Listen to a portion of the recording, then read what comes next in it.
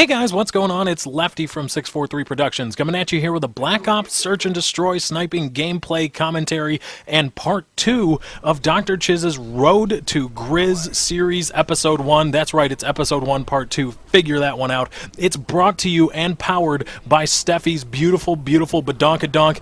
Anyway, I have two of my buddies sitting here. I have JBrookz and DrChiz. Say hello to the people. What is going on, guys? It is Jimmy or JBrookz, as most of you guys know me. Lefty, glad to be back. Yes! Hey guys, it's your coffee date gamer, DrChiz, and thank you, Lefty, for having me, and sponsored by the lovely Steffi Perkins' ass. That's so bad that we did. I didn't do it. No, I didn't do anything. I'm distancing myself from that. That was all you, No, it Jimmy. was totally my idea, and I'm so proud of it. Oh frankly. man, that's.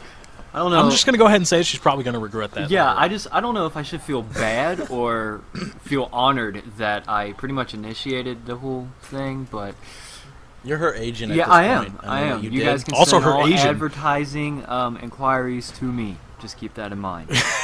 So. So anyway, in part 1, we started talking about just giving a general rundown of Chiz's sniping abilities. Now, he is not a sniper by trade. Chiz, if I'm summing this up correctly, you sniped in the last Prestige of Call of Duty 4 and didn't even touch the sniper rifle in Modern Warfare 2. Is that right?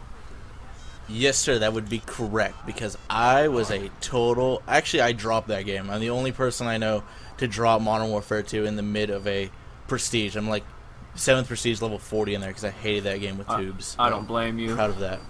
No, you can't. Can't really hate on anybody for that. But in the last episode, or the last part of episode 1, we were talking about giving a general rundown of Chiz's game, and I guess the general consensus is bad.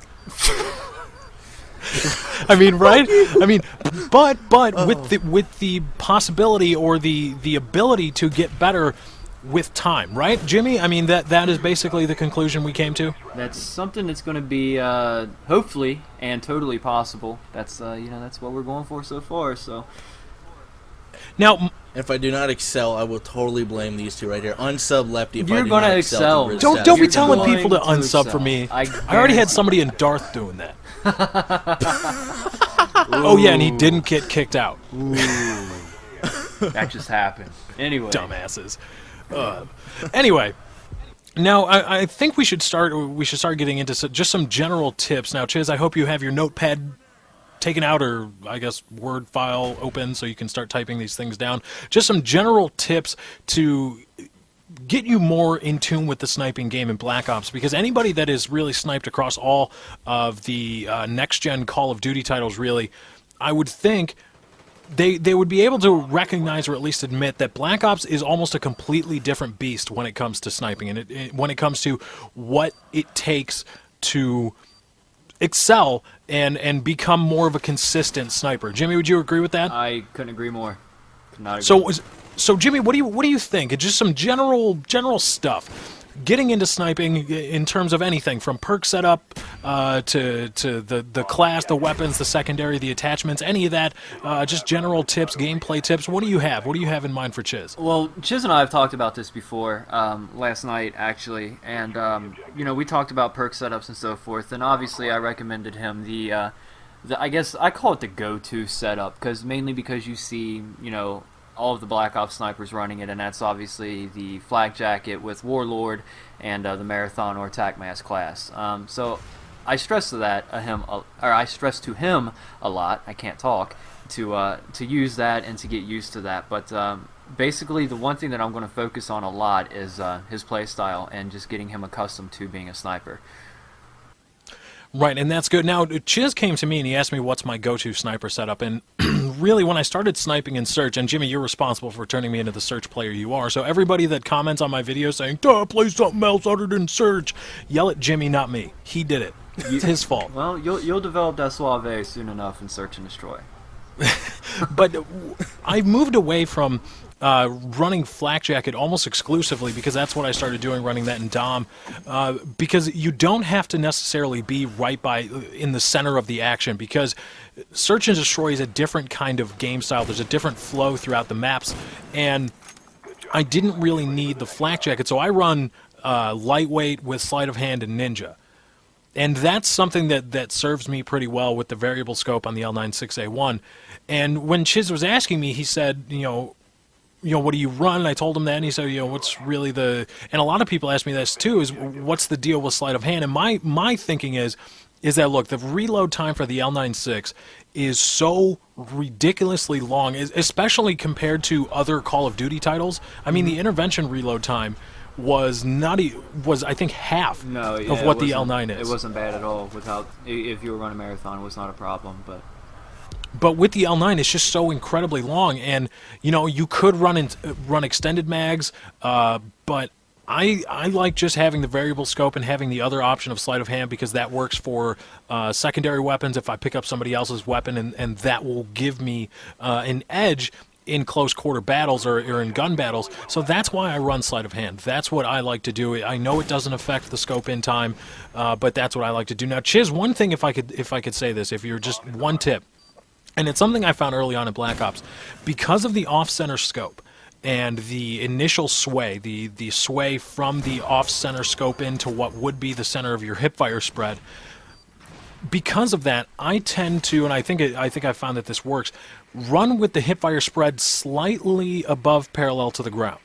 Slightly above, because when you scope in, that off-center scope and the sway is going to take you down and back up. So as soon as you scope in, you're going to be down and off-center from your target, but the sweeping of the scope will put you right on their their torso or even the neck and head.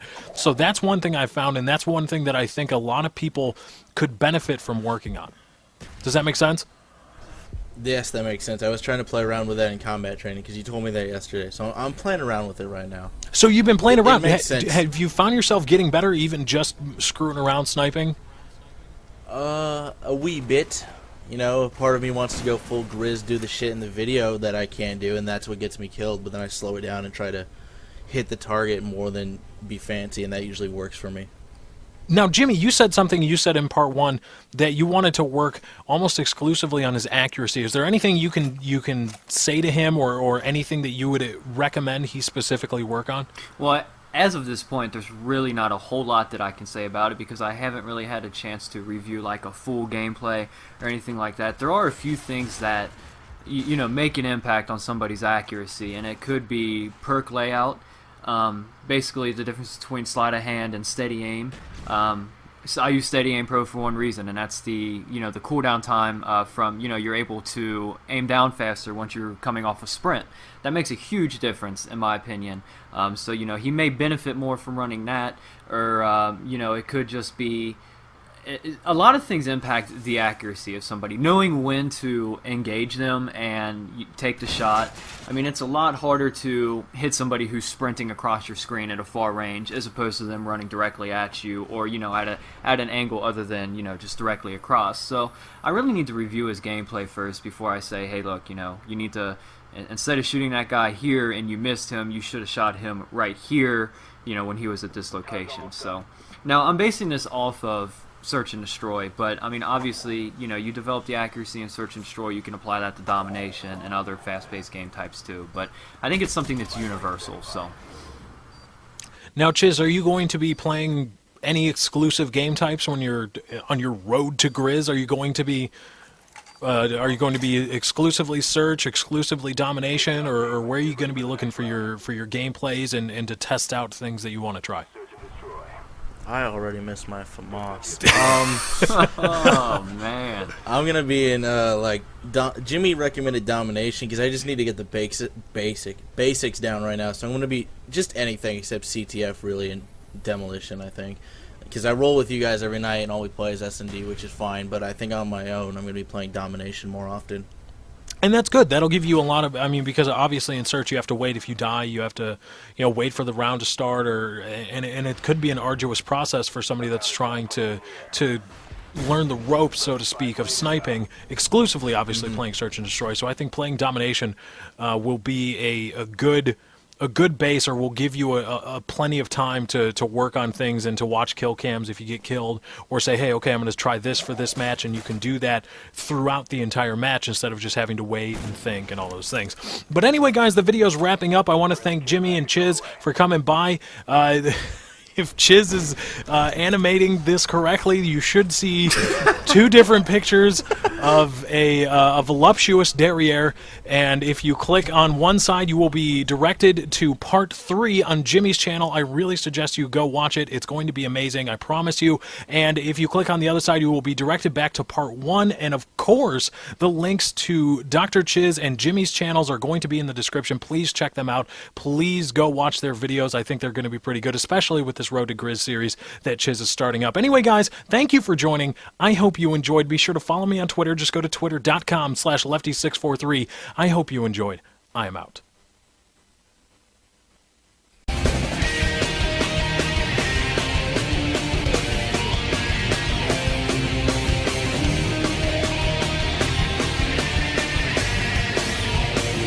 Gone!